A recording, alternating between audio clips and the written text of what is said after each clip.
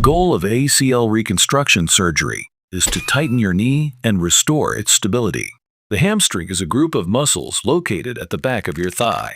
This procedure is done under general anesthesia, so you'll be fully asleep and won't feel anything. Your surgeon starts by making 2 small incisions, each about 1/4 of an inch long, around your knee.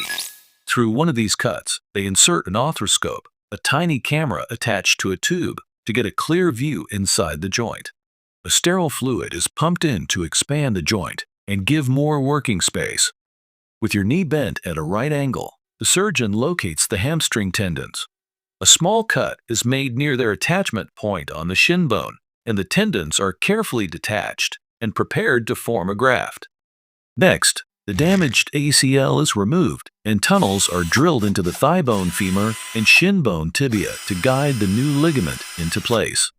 The prepared tendon graft is then pulled through these tunnels and secured tightly with screws to keep it stable while it heals and bonds with the bone. Finally, the incisions are closed with sutures and a sterile dressing is applied.